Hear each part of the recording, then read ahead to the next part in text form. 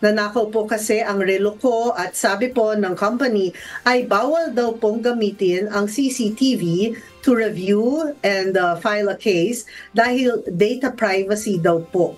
Totoo po ba yon, Attorney Vincent Paul Talao? Galing po kay Mia. Yes, Ms. Ano ba Jackie, yun? yung pong katanungan tungkol po sa CCTV ng company. Ang CCTV po kasi is especially private establishment. Yan po ang owner niya na masasabi natin is kung sino po yung nag-produce niyan at bumili. So as a general rule, since ownership po ng company yung CCTV na ginagamit diyan, kailangan po ng permiso or yung consent ng may-ari para ipagamit hindi lamang po yung CCTV kundi rin yung na-stored na data po sa loob nung device na yan, yung storage device.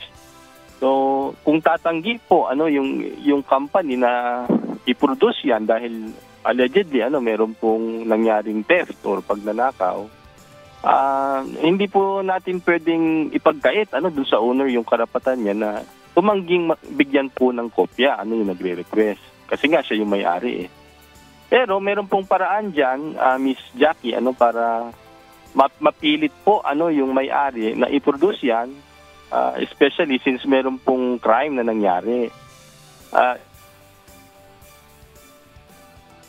Ako, sayang, naputol si attorney. Attorney, napakahalaga yung paliwanag niyo po yan. Wait po kami. Attorney Vincent, ang sabi ni attorney while establishing the internet connection. Po. Okay, private establishment, hingi ka ng permiso. Kung tatanggi, wala kang magagawa. Kasi yung ownership right of ownership. Pero may pamamaraan dahil may nagawang krimen, may nangyaring krimen. Attorney, anong susunod po doon? Okay. Dali lang. Attorney, sayang. Umulan ba sa lugar ni attorney? Kaya nawala ng internet. Anyway, thank you naman po sa paliwanag, Attorney Annie Rentoy. Ay, Napakaliwanag po ng sinabi nyo, na sinabi po ni Attorney Vincent Paul Talao.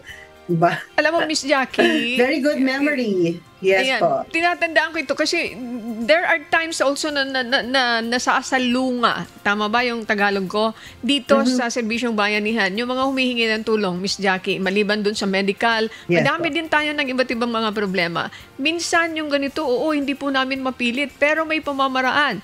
Tulad ng pagbibigay ng warrant. Ang sino mag-i-issue ng warrant? It's the court. I don't know kung tama yung aking ang aking assumption. So let's wait for Attorney Vincent. Napakahalaga nito. Oo nga, Miss Jackie. Kung sakali na tumanggi, may karapatan yung honor. Okay, Attorney, connected na po kayo. Napakahalaga ng binabanggit nyo, Attorney. Go ahead, please. Yes, Miss Annie. Opo, itutuloy ko lang po yung nabanggit ko kanina. Para po mapilit po yung owner ng CCTV na i-produce po yung recording kung yun doon sa nakuha na pagnanakaw kung meron man, pwede po tayong dumulog sa husgado para mag-request po ng tinatawag na court order kung saan sinasabi na i-produce po nung may-ari ng CCTV or nung company yung kanyang recording dahil ito po ay may kinalaman sa isang crime. So sa madaling salita, Miss Annie, pwede po nating gamitin yung tinatawag na coercive process ng korte sa pamamagitan ng paghingi nung tinatawag na subpoena para i-produce po yan sa korte at para magamit po yan sa pagtuklas yung naganap na krimen.